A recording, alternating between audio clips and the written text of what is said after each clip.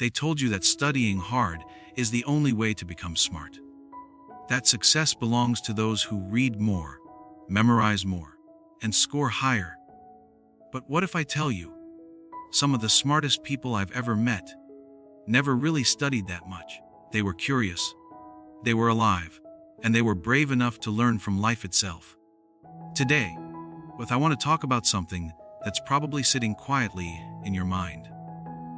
That small thought that whispers, do I really have to study like crazy to be smart? Let's unpack that. Let's talk about the myth of learning, the illusion of the smart kid, and how intelligence might have less to do with school and more to do with awareness, resilience, and creativity. Because maybe, just maybe, not studying the traditional way doesn't mean you're not learning. It might mean you're learning in your own way. A way that the world doesn't measure, but life rewards deeply. You see, when we're young, we're taught to chase grades like oxygen. We're told that good students sit still, follow instructions, and never question authority. We learn how to pass exams, but not how to understand ourselves. We memorize names of kings, formulas, and definitions, yet no one teaches us how to manage stress, how to deal with failure, or how to think independently. School, for many of us, becomes less about learning and more about surviving. But here's the truth: studying hard is not the same as learning deeply. Some people study all day but understand nothing. Others barely open a textbook, yet see connections everywhere. It's not about hours, it's about attention. It's not about remembering facts, it's about understanding patterns. And most of all, it's not about being the best in class. It's about knowing how to think when the class ends. Let's be real for a second. We all know someone who barely studied, but seemed to get it. That friend who could talk their way through any situation. Who didn't have the highest GPA, but had a sense of humor sharper than any test score. Who could understand people, not just papers. That's intelligence too. It's emotional intelligence, social intelligence, creative intelligence, the kinds that rarely fit inside an exam sheet. Sometimes, I wonder why society treats school like a factory. Everyone must enter at the same age, sit in rows, wear uniforms, follow bells, take tests, as if we're producing identical minds on a conveyor belt. But human minds aren't built that way. We're not meant to be identical products. We're explorers, each wired differently. And when the system tries to standardize creativity, it doesn't make us smarter, it makes us afraid of being different. So, what happens? We grow up afraid to look stupid. We stop asking questions because we might sound dumb. We study only what's on the test, not what makes us alive. We replace curiosity with compliance. And in that moment, even if we graduate with honors, we lose something sacred, the joy of learning. Let's pause here. Think about the last time you learned something without being forced to. Maybe it was a recipe, a guitar chord, a new language, a way to fix your bike. You probably didn't need grades for that, right? You learned because it mattered to you, because it made you feel something. That's real learning. That's growth. And ironically, that's the kind of intelligence that changes the world. Now, don't get me wrong. Studying isn't bad. Discipline isn't bad. But what's dangerous is when studying replaces thinking. When grades replace growth. When knowledge becomes just a collection of data, not a way to live better. There's a quiet rebellion happening. People who are redefining what it means to be smart. They're not necessarily top students. They're creators, freelancers, travelers, problem solvers. They learn from podcasts, from people, from failures, from the internet. They know how to find answers, not just recite them. And in today's world, that's the real currency of intelligence, adaptability. You see, our parents grew up in a world where memorizing facts could make you valuable. Today, information is everywhere. The question is no longer, what do you know? But what can you do with what you know? And that, my friend, is why not studying in the traditional sense doesn't mean you're not smart. It means you might be playing a different game entirely. Let's look at some examples.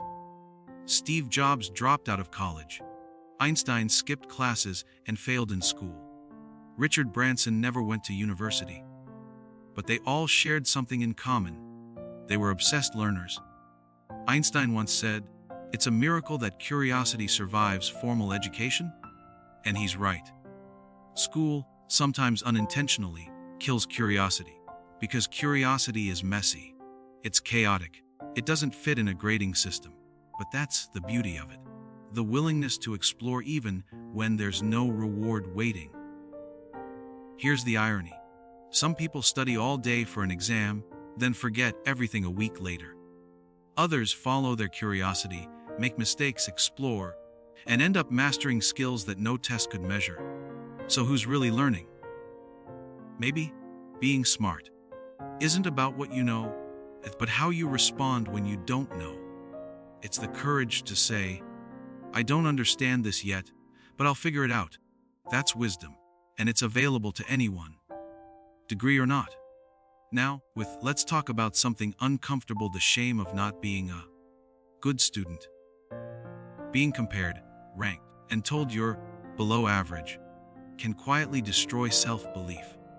But here's the truth. With most of those measurements say nothing about your potential.